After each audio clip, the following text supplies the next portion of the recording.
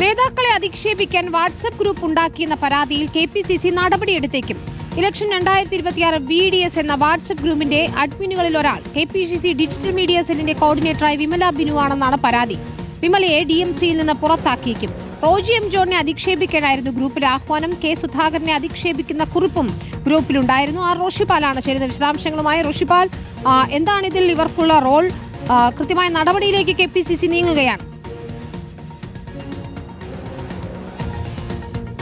വിരുദ്ധ നടപടിക്ക് സാധ്യതയുണ്ട്. കാരണം KPCC ഡിജിറ്റൽ സെല്ലിന്റെ സംസ്ഥാന കോർഡിനേറ്ററാണ് വിമല ബാബു. വിമല ബാബു ഈ വാട്സപ്പ് ഗ്രൂപ്പിന്റെ അഡ്മിൻ കൂടിയാണ്.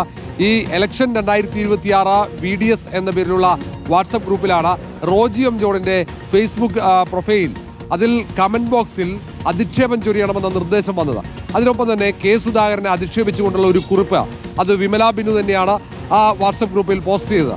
അതും ഒരു ആഹ്വാനമായിരുന്നു. K സുധാകരൻ KC വേണുഗോപാലിനെ അനുകൂലിച്ചപ്പോൾ K സുധാകരനെതിരെ സാമൂഹ്യ മാധ്യമത്തിലുള്ള കടന്നാക്രമണത്തിനുള്ള ആ ഒരു നീക്കം, ഇങ്ങനെ പല നീക്കങ്ങൾ കോൺഗ്രസ് നേതാക്കൾക്കെതിരെ ഈ വാട്സപ്പ് ഗ്രൂപ്പിൽ നടന്നു എന്ന പരാതിയാണ് ഇപ്പോൾ ഉയരുന്നത്. സ്വാഭാവികമായും ഈ കാര്യത്തിൽ KPCCയുടെ ഒരു അന്വേഷണത്തിന് സാധ്യതയുണ്ട്. അതിനൊപ്പം തന്നെ വിമല ബാബുവിനെ KPCCയുടെ ഡിജിറ്റൽ മീഡിയ സെല്ലിൽ നിന്നും പുറത്താക്കുമെന്ന സൂചനകളും പുറത്തു വരുന്നുണ്ട്. കാരണം സംസ്ഥാന കോർഡിനേറ്റർ തന്നെ ഇങ്ങനെ പ്രധാനപ്പെട്ട നേതാക്കൾക്കെതിരെ ഫേസ്ബുക്കിലടക്കമുള്ള സാമൂഹ്യ മാധ്യമത്തിൽ വലിയ രീതിയിലുള്ള അധിക്ഷേപത്തിന് നേതൃത്വം നൽകുന്നു, അങ്ങനെ അധിക്ഷേപം ചൊരിയാനുള്ള ആഹ്വാനം നൽകുന്നു എന്ന ആക്ഷേപം ഉയർന്നു കഴിഞ്ഞു പാർട്ടിക്കകത്ത്. അത് വലിയ ചർച്ചയായി മാറുകയാണ് കോൺഗ്രസിൽ ഈ വാട്സപ്പ് ഗ്രൂപ്പ്. ഇന്നലെയാണ് വാട്സപ്പ് ഗ്രൂപ്പിന്റെ സ്ക്രീൻഷോട്ടുകളടക്കം പുറത്തു വന്നത്. ഇന്നത് പരാതിയായി തന്നെ കോൺഗ്രസ് നേതൃത്വത്തിന് മുന്നിലേക്ക് എത്തുമെന്നാണ് അറിയാൻ കഴിയുന്നത്.